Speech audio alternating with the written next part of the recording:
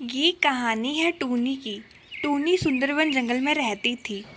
इन दिनों टूनी अपनी सहेली के साथ रह रही थी, क्योंकि टूनी की सहेली कल्लू कव्वी की तबीयत कुछ दिनों से बहुत खराब हो रखी थी। कवि बहन, आप क्यों परेशान हो रही हैं? आप कुछ दिनों में ही स्वस्थ हो जाएंगी और अपने घर चले जाएंगी। आप बिल्कुल फिक्र ना करें, डॉक्टर ने दवाई दी है ना, कुछ टाइम तो लगेगा ठीक होने में। टूनी बहन, मैं आपसे एक बात सच कहना चाहती हूँ।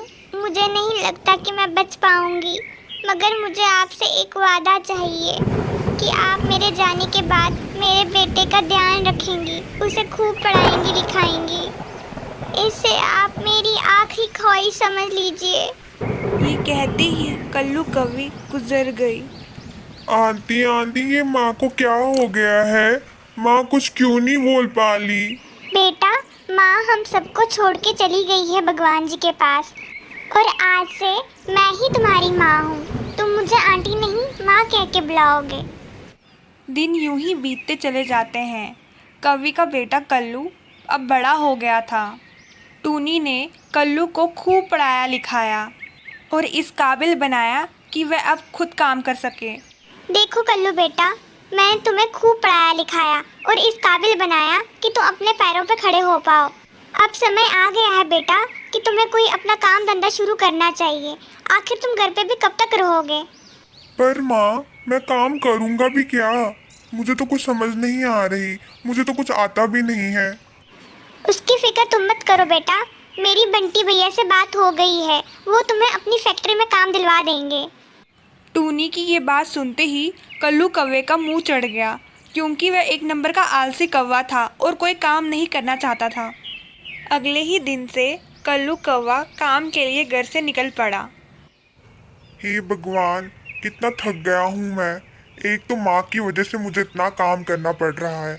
अगर आज मेरी अपनी माँ होती तो शायद वह मेरे से काम ना करवाती। कल्लू का काम में बिल्कुल भी मन नहीं लगा और उसने अगले दिन ही नौकरी छोड़ दी। बेटा, आज काम पे नहीं जाना क्या?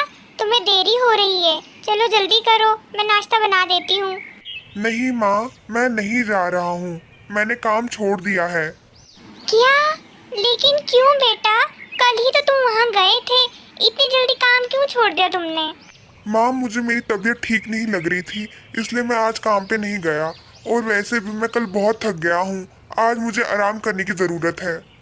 कल्लू कौवा बस दिन भर अपने दोस्तों के साथ गप्पे हाँकता और समय बर्बाद करता। कल्लू बेटा, तुमने आज पूरा दिन नष्ट कर दिया और ना कोई काम किया। इससे अच्छा तो तुम दफ्तर चले जाते, 4 पैसे भी कमा लाते। माँ, वो सब छोड़ो आप। लॉटरी लगी है मेरे हाथ, मुझे शहर में नौकरी मिली है। उसके लिए आपके दस्तखत चाहिए। आप इस पेज पे दस्तखत कीजिए और कल से मुझे शहर जाना है रहने के लिए। सच्ची मेरे लाल, जुग जुग जी मेरे बेटे, मुझे यकीन था कि तू मेरा नाम जरूर रोशन करेगा।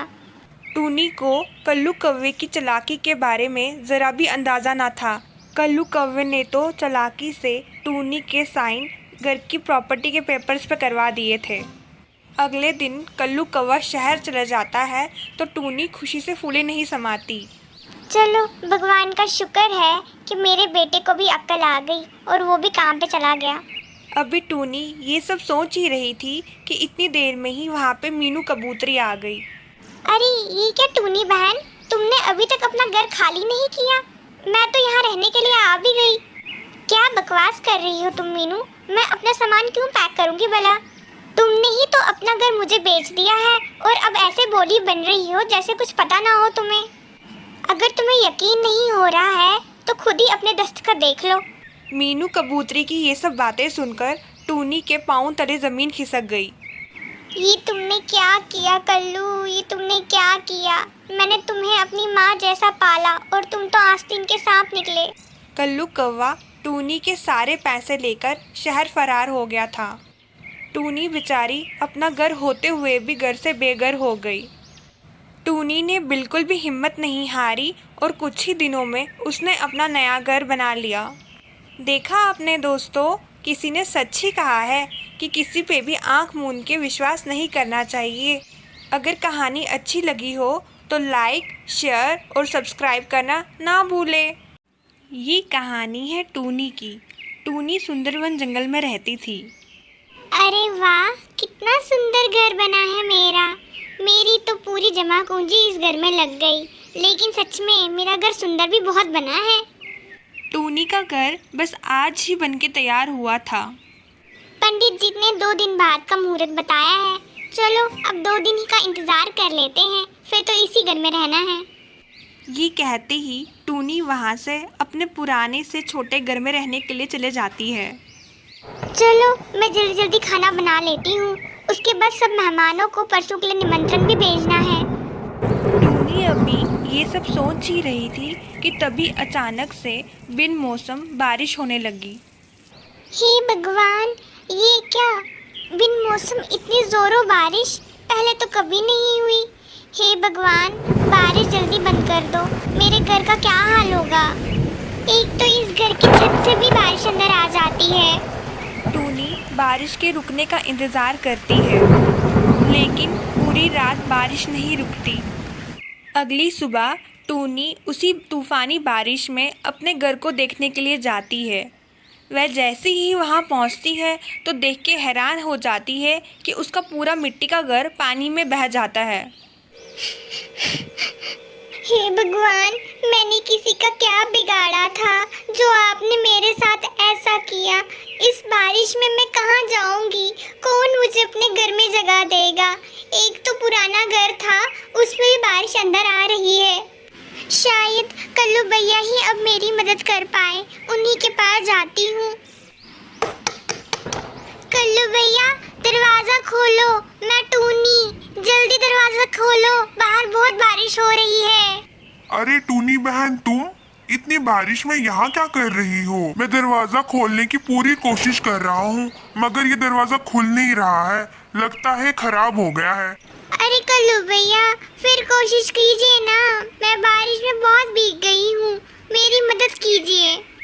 बेहतर यही होगा टूनी बहन, तुम यहाँ से चले जाओ, क्योंकि एक तो मेरा दरवाजा नहीं खुल रहा, ऊपर से मेरा घर 2 बंदों को बाहर नहीं उठा पाएगा। कल्लू कौवे की ऐसी कड़वी बातें सुनकर टूनी वहाँ से चली जाती है। वे बारिश में बहुत बुरे तरीके से भीग जाती है। वे पूरे रास्ते यही सोचती हुई जाती है कि अब वह कहाँ रहेगी। तभी अचानक से उसे सामने एक घर नज़र आता है। अरे वाह, ये किसका घर है? चलो जिसका भी घर हो, मैं रात गुजार लेती हूँ। कम से कम बारिश से तो बच जाऊंगी। ये कहते ही टूनी अपनी रात उसी घर में बिता देती है। अभी टूनी आराम करने का सोच ही रही थी कि तभी अचानक से टूनी के सामने एक परी प्रकट हो गई। टूनी बेटी, ये घर मेरा ही है। तुम यहाँ रुक के आराम कर सकती हो। तुम बहुत अच्छी हो, इसके लिए मैं तुम्हें एक वरदान देती हूँ। पहले तो टूनी को कुछ भी समझ नहीं आ रही थी कि उसके साथ क्या हो रहा है, लेकिन बाद में परी माँ का वरदान पाकर टूनी बहुत खुश हुई। मैं तुम्हें जादुई मटर के बीज दे रही हूँ। तुम इसकी खेती करो और अपनी मेहनत से फिर घर बनाओ। ये कहते ही परी माँ वहाँ से चले जाती है। अगले दिन सुबह होते ही टूनी अपनी खेत पे चले जाती है और वो जादुई मटर के दाने बो देती है। मटर तो मैंने बो दिए। चलो अब परी माँ की बात पे विश्वास करके कुछ दिनों का इंतजार कर ही लेती हूँ। कुछ दिनों के बाद जब टूनी अपने खेत पे आती है तो जादुई मटर की फसल देखकर हैरान हो जाती है। उसकी मटर खूब फल फूल रही थी। अरे वाह, जैसा परी माँ ने कहा था, मेरी फसल तो बिल्कुल वैसे ही बनके तैयार हुई है। चलो अब इन्हें बाजार में बेच के आती हूँ, शायद कोई मेरे मटर खरीद ही ले। ये कहते ही टूनी घर से बाजार की ओर मटर बेचने के लिए निकल पड़ती है। टूनी की किस्मत इतनी अच्छी थी कि उन्हीं दिनों मटर के दाम आसमान छू रहे थे। इस कारण उसको बहुत प्रॉफिट हुआ। कुछ ही समय में उसने अपना घर दोबारा बनाने के लिए पैसे जोड़ दिए। कुछ ही महीनों में टूनी ने अपना घर दोबारा बना के तैयार कर दिया। अरे वाह, इस बार तो मेरा घर पहले से भी ज़्यादा सुंदर लग रहा है। इसके बाद से टूनी अपने नए घर में हंसी खुशी रहने लगी। दोस्तों, किसी ने सच ही कहा है, परिश्रम ही सफलता की कुंजी है।